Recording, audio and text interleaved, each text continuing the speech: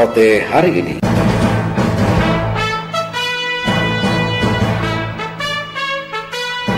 Selamat pagi pendengar, Anda mengikuti rangkaian informasi yang terangkum dalam Rote hari ini, edisi Selasa 2 Juni 2020 dari Rote dan seputaran Nusa Tenggara Timur. Ada beberapa informasi yang menjadi rangkuman Rote hari ini, di antaranya.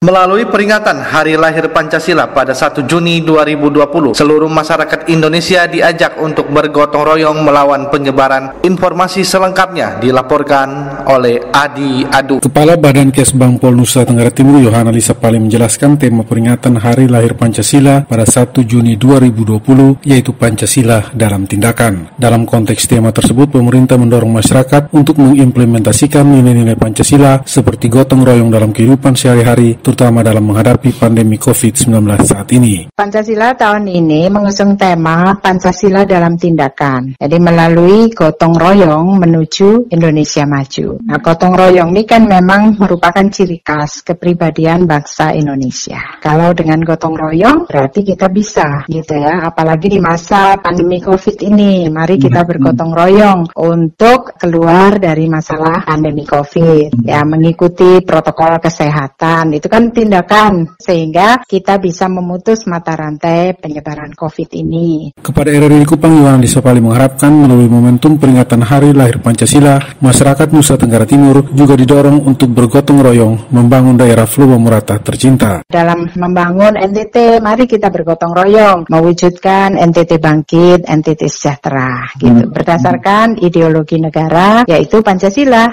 Karena Pancasila adalah satu-satunya ideologi negara. Tidak boleh ada paham lain selain Pancasila. Karena memang sudah terbukti Pancasila telah mempersatukan bangsa Indonesia. Khusus berkaitan dengan kondisi bangsa dan negara yang sedang menghadapi pandemi COVID-19, Yohana Lisa Pali mengharapkan masyarakat dapat berperan dengan mentaati dan mematuhi protokol kesehatan yang ada. Bupati Rotendau minta warga Kelurahan Busalangga Barat, Kecamatan Rote Barat Laut perhatikan kesehatan orang tua. Gebi Hurek Making menurunkan laporannya. Warga lanjut usia yang rentan terhadap berbagai penyakit diajak untuk terus menjaga kesehatan diri, menghemat waktu kerja, dan selalu terapkan pola hidup sehat agar kesehatan lansia terus dijaga. Harapan itu disampaikan Bupati Rotendau Paulina Haningbulu ketika mengunjungi sedikitnya 30 warga lansia Kelurahan Busalangga, lingkungan Busalangga Barat.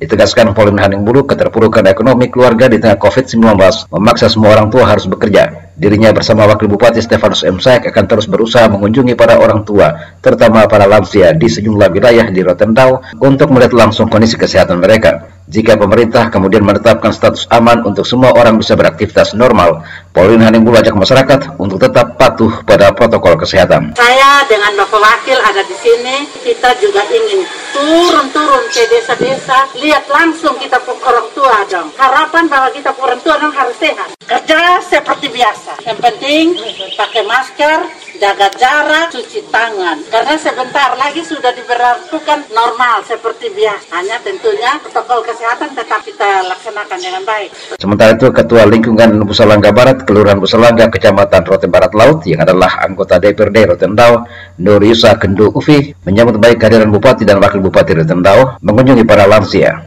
Baginya ini merupakan sebuah kebahagiaan bagi warga lansia lingkungan Busalangga Barat. Kepedulian dari Bapak dan Mama kepada kami di sini, dalam hari ini kondisi lansia diberikan bantuan sembako. Orang melihat bahwa ini biasa-biasa, tapi kami menganggap bahwa ini sangat luar biasa bagi kami. Pak Bupati, kami sebagai masyarakat, hari ini kami merasa bangga dengan kehadiran Bupati bersama dengan Pak Wakil. Pada kunjungan sosial ke lingkungan Busalangga Barat, Bupati Paulina Haningbulu dan Wakil Bupati Stefanus M. Saek menyerahkan bingkisan sebagian 9 bahan kebutuhan pokok bagi para lansia di daerah itu.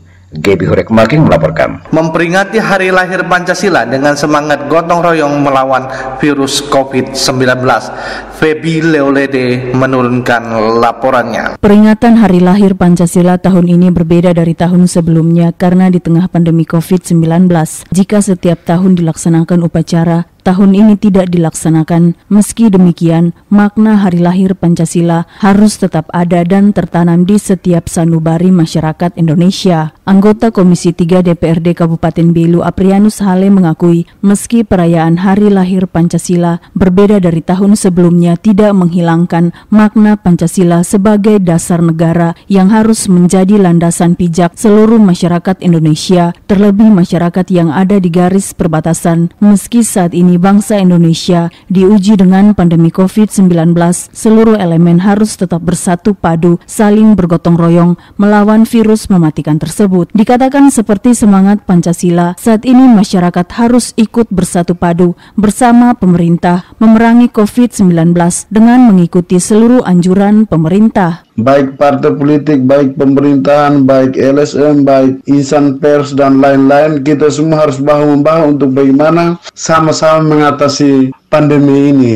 Jangan ada yang berjalan sendiri dan jangan kita membiarkan saudara-saudara kita yang lain tertimpa bencana dan kita menganggap bahwa itu adalah derita mereka dan kita membiarkan itu terjadi. Peringatan Hari Pancasila ini saya berharap kepada kita semua elemen yang saya sebutkan tadi untuk sama-sama merasa bertanggung jawab untuk sama-sama kita melawan COVID-19 ini dan tetap bergotong royong untuk menjaga stabilitas kehidupan berbangsa dan bernegara. Hal senada juga disampaikan Ketua Presidium PMKRI Kabupaten Belu, Oktavianus Teva mengungkapkan di tengah pandemi COVID-19 dengan semangat hari lahir Pancasila, semua elemen masyarakat harus bertindak melangkah maju dan bergotong royong melawan COVID-19.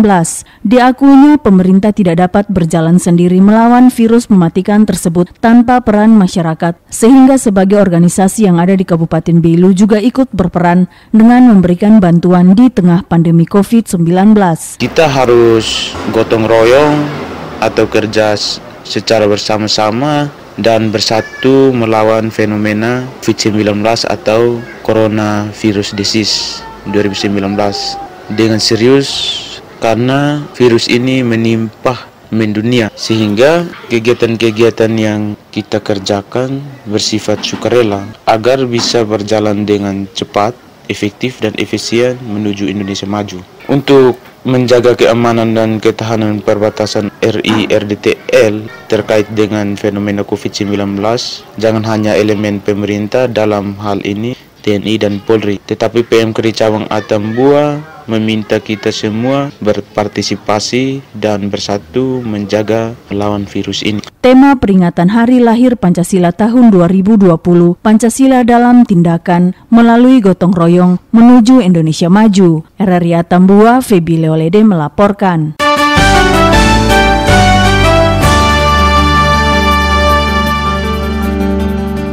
5 kecamatan dari 10 kecamatan di Rotendau lengkap terima dana bantuan langsung tunai BLT dana desa tahap 1 dan tahap 2. Gebi Hurekmaking kembali menurunkan laporannya. Sedikitnya 4 miliar rupiah lebih bantuan langsung tunai BLT dana desa telah dimanfaatkan mengatasi keterpurukan ekonomi di tengah COVID-19 bagi 5 kecamatan dari 10 kecamatan di Kabupaten Rotendau. Kepala Dinas Pemberdayaan Masyarakat Desa James M. Tari kepada RRI mengatakan 5 kecamatan itu adalah Kecamatan Landuleko, Rote Selatan, Rote Timur, Rote Barat, dan Daun Nuse dengan total dana tersalur sebesar 4 miliar 934 juta rupiah lebih untuk 8.224 kepala keluarga penerima di 102 desa.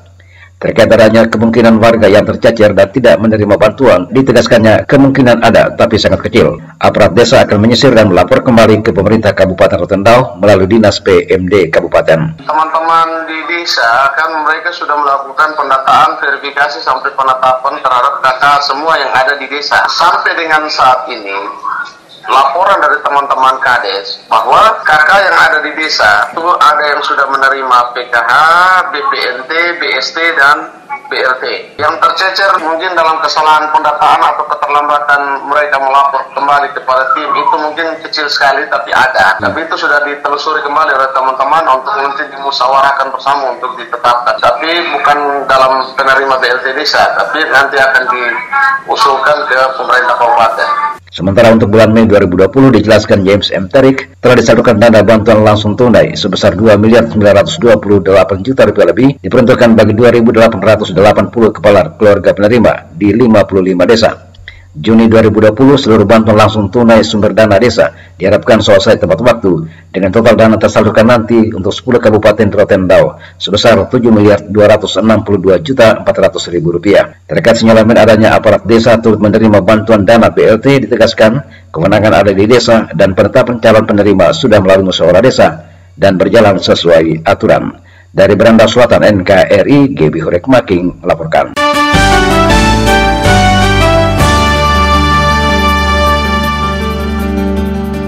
Memperingati Hari Lahir Pancasila 1 Juni 2020, Perhimpunan Alumni dan GMNI Formal Cabang Ende berikan bantuan kepada masyarakat di Kabupaten Ende. Rovinus Hula menurunkan laporannya. Memperingati Hari Lahir Pancasila 1 Juni 2020, Perhimpunan Alumni dan GMNI Formal Cabang Ende berikan bantuan sembako kepada masyarakat di wilayah Kabupaten Ende. Ketua Perhimpunan Alumni GMNI Cabang Ende Heri Gani mengatakan, bertepatan dengan Hari Lahir Pancasila 1 Juni 2020, keluarga besar GMNI Kabupaten Ende baik unsur alumni maupun GMNI formal bersepakat melakukan aksi kemanusiaan sebagai bentuk partisipasi keluarga besar GMNI dalam merayakan Hari Lahir Pancasila. Dijelaskan peringatan Hari Lahir Pancasila 1 Juni 2020 bertepatan dengan situasi darurat COVID-19, maka bentuk kegiatan yang dijalankan Perhimpunan Alumni dan GMNI Formal Cabang Ende sedikit berbeda dengan tahun-tahun sebelumnya. Dikatakan hari ini, besok, dan seterusnya Perhimpunan Alumni GMNI Cabang Ende akan melakukan aksi nyata, aksi kemanusiaan dengan mendistribusikan sembako bagi warga masyarakat di wilayah Kabupaten Ende yang terdampak COVID-19, tentunya berupaya bersinergi dengan program-program yang sudah dijalankan pemerintah daerah sehingga tidak terjadi tumpang tindih dalam pendistribusian bantuan. Dengan demikian, pihaknya mengharapkan dampak dari pandemi COVID-19 dari waktu ke waktu bisa diatasi secara bersama-sama. Karena memang esensi Hari Lahir Pancasila yang ditunjukkan Perhimpunan Alumni dan GMNI Formal Cabang Ende adalah semangat gotong royong yang harus dibangun oleh seluruh rakyat bersama pemerintah dan pemangku kepentingan lainnya untuk menyelesaikan, meringankan masalah situasi darurat COVID-19 saat ini. Aksi kemanusiaan ini bagian dari sebuah langkah nyata dalam mewujudkan nilai-nilai ideologi yang diajarkan oleh Bung Karno, founding fathers kita, yaitu Marhaenisme, yang di dalamnya terkandung nilai gotong royong yang harus menjadi spirit bersama seluruh elemen bangsa ini, termasuk GMNI bersama alumninya sebagai salah satu komponen unsur masyarakat yang ada di wilayah ini maupun di negara kita. Kita dalam situasi seperti ini, kita di Kabupaten Ende masih masuk kategori zona merah dengan 9 kasus sampai dengan hari ini. Demikian juga beberapa kabupaten lain yang memiliki status yang sama. Kita harapkan seluruh warga masyarakat tetap waspada dengan mematuhi protokoler kesehatan yang telah dikeluarkan oleh WHO. Kita tidak boleh lengah dengan situasi ini. Dampak dari COVID-19 ini sudah sangat meluas, bahkan secara ekonomi sudah sangat dirasakan oleh masyarakat pada umumnya. Tapi kita tidak boleh kalah dengan situasi ini. Jangan sampai situasi semakin terpuruk karena ketidakdisiplinan kita dalam menjalankan protokol kesehatan yang diberikan oleh WHO yang selama ini secara tegas, konsisten, dan disiplin dilakukan oleh pemerintah melalui berbagai kegiatan edukasi di tengah-tengah masyarakat. Aksi kemanusiaan yang dilakukan Perhimpunan Alumni dan GMNI Formal Cabang Ende akan berlanjut hari ini dan seterusnya sesuai dengan pasokan logistik yang sudah dihimpun secara gotong royong oleh seluruh unsur alumni GMNI maupun formal dengan para donatur yang berhasil dihimpun pengurus Perhimpunan Alumni GMNI Cabang Ende. Heri Gani mengatakan sebelum menyerahkan bantuan sembako kepada warga, pihaknya telah melakukan identifikasi kakak penerima bantuan sehingga tidak terjadi tumpang tindih penyerahan bantuan, baik yang disiapkan dari pemerintah pusat melalui BLT maupun bantuan dari pemerintah daerah dan pemerintah desa. Jelas Heri Gani. RRI Ende, Rovinus Hula melaporkan. BRI Cabang Atapupu berbagi kasih di Hari Lahir Pancasila bagi nasabah di Dusun Abad, Kecamatan Kakuluk Mesak, Kabupaten Belu. Anti Mandolang menurunkan laporannya. Memperingati hari lahir Pancasila yang jatuh setiap tanggal 1 Juni, Bank BRI Unit Atapupu mengajak masyarakat untuk dapat kembali memahami arti dari sebuah koetes para pendiri bangsa. Ajakan tersebut disampaikan Kepala Unit BRI Cabang Atapupu, Kecamatan Kakuluk Mesak, Desi Andriani Maria Seran. Ajakan tersebut disampaikan Kepala Unit BRI Cabang Atapupu, Kecamatan Kakuluk Mesak, Desi Andriani Maria Seran ketika melakukan pembagian sembako bagi masyarakat nelayan yang merupakan nasabah aktif di Bank BRI Unit Atapupu. Kesempatan tersebut, Desi Andriani juga berpesan kepada para nasabah agar di hari lahirnya Pancasila tahun 2020 ini, masyarakat perlu belajar dari kuetes atau kutipan para tokoh populer yang selalu memberi inspirasi kehidupan dalam membela perjuangan. Hari ini kami BRI Unit Atapupu mengadakan kegiatan BRI Peduli. Sebelumnya BRI Cabang Atapupu sendiri sudah beberapa kali mengadakan kegiatan BRI Peduli. Di antaranya ada pembagian fasilitas cuci tangan, pembagian masker, pembagian sembako. Dan pada kesempatan ini, terutama pada momen peringatan Hari Lahir Pancasila, kami BRI Unit Atapupu membagi sembako kepada masyarakat nelayan pribumi, terutama yang tinggalnya di sekitaran Abad Atapupu dan tempat mangkal perahunya itu di TPI Atapupu. Tujuannya untuk membantu mereka, terutama yang pada masa pandemi ini terkena dampak COVID-19. Sementara terkait pembagian sembako dimaksud, Desi Andriani menambahkan, pembagian sembako di tempat pendaratan ikan di Dusun Abad, Kecamatan Kakuluk Mesak berupa beras, minyak goreng, mie instan, gula, teh, dan kecap. Sembako yang kami bagikan hari ini sebanyak 15 paket sembako untuk 15 nelayan terpilih. Sembako yang kami bagikan berisi bahan makanan yang sering kita temui tiap harinya, di antaranya beras, minyak goreng, indomie, gula, teh, dan kecap. Pembagian sembako dilaksanakan di TPI, tempat pendaratan ikan di Dusun Abad Atapupu. Masyarakat yang kami bagikan sembako ini adalah masyarakat yang berprofesi sebagai nelayan dan asli orang Abad Atapupu. Yang kedua, masyarakat yang kami pilih ini juga merupakan nasabah BRI yang selama ini rajin dan tepat waktu memenuhi kewajibannya di BRI Unit Atapupu. Ia berharap bantuan yang diberikan dan bertepatan dengan peringatan Hari Lahir Pancasila tahun ini bisa bermanfaat. Tak lupa, Desi Andriani juga mengingatkan agar masyarakat tetap melakukan protokol kesehatan sesuai himbauan pemerintah untuk mencegah penyebaran COVID-19.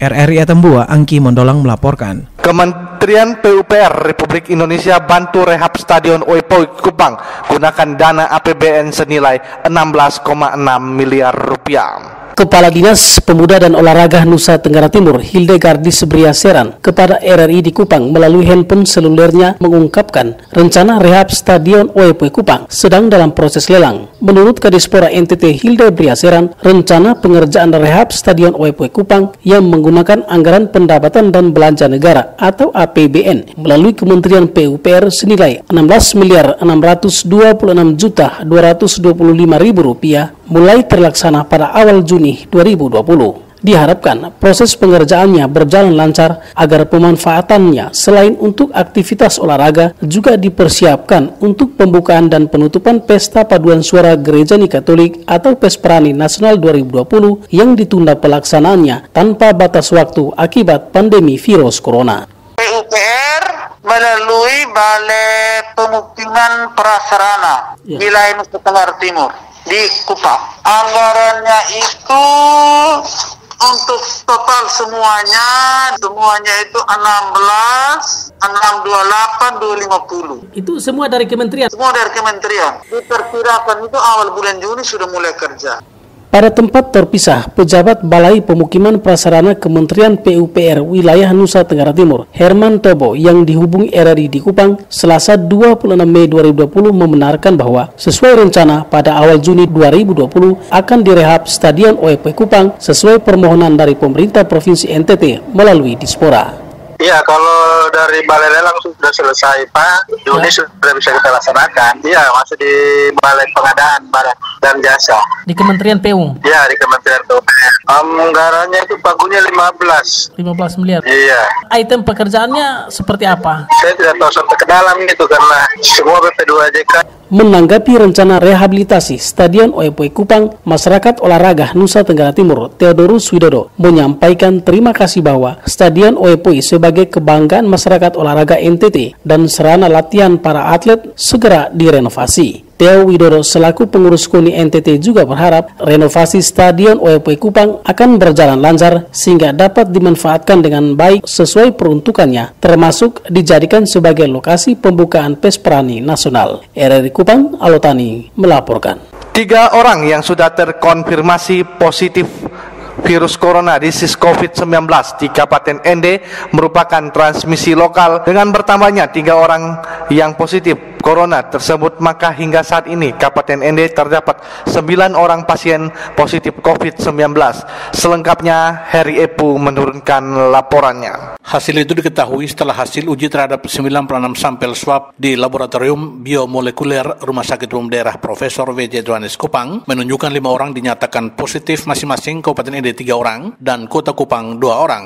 Hal itu disampaikan Dr. Gigi Dominikus Migumere MKes selaku juru bicara Satgas COVID-19 tingkat Provinsi Nusa Tenggara Timur pada dialog lintas Ende pagi di RRI Ende Senin pagi Ende. Menurut Dominikus Migumere, dengan bertambahnya 5 kasus positif baru, maka di NTT saat ini terdapat 97 kasus positif corona tersebar di beberapa kabupaten dan kota yang ada di Provinsi Nusa Tenggara Timur. Khusus 3 dari Ende itu juga transmisi lokal. Ada hubungan dengan pasien sebelumnya, pasien yang positif sebelumnya, permainan transmisi lokal itu. Kemudian 2 yang dari Kupang itu adalah anak dari pasien COVID-19 yang sebelumnya di Kota Kupang. Dominikus Migumere yang juga Kepala Dinas Kesehatan Provinsi NTT tersebut menambahkan, yang sangat mengkhawatirkan saat ini penyebaran COVID-19 di NTT sudah menyasar pada anak-anak usia dini, yakni berkisar usia 6 hingga 7 tahun yang memiliki kontak erat dalam rumah. Dari total 97 kasus positif COVID di NTT saat ini, demikian Dr. Dominikus Migumere,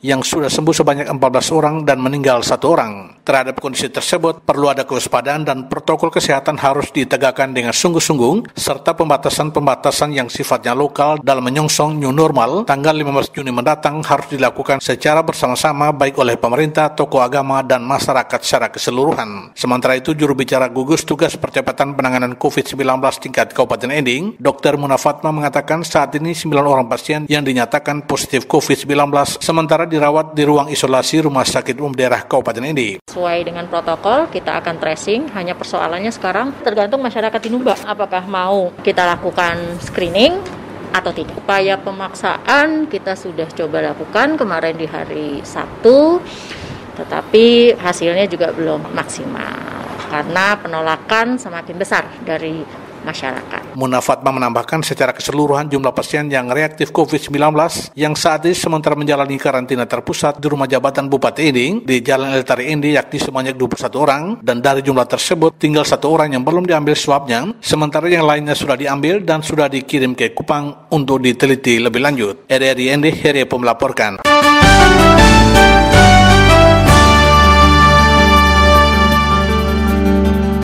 Pendengar, demikian rangkaian informasi terkini yang disampaikan melalui Rote hari ini. Atas nama kerabat kerja yang bertugas, saya Rudi Hartono mengucapkan terima kasih dan selamat pagi.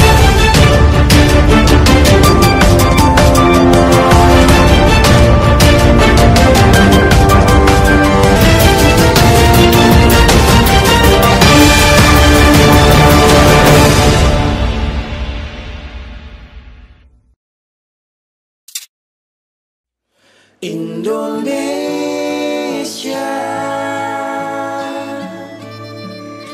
hadapilah dengan tulus dan ikhlas. Ini pasti berlalu. Indonesia,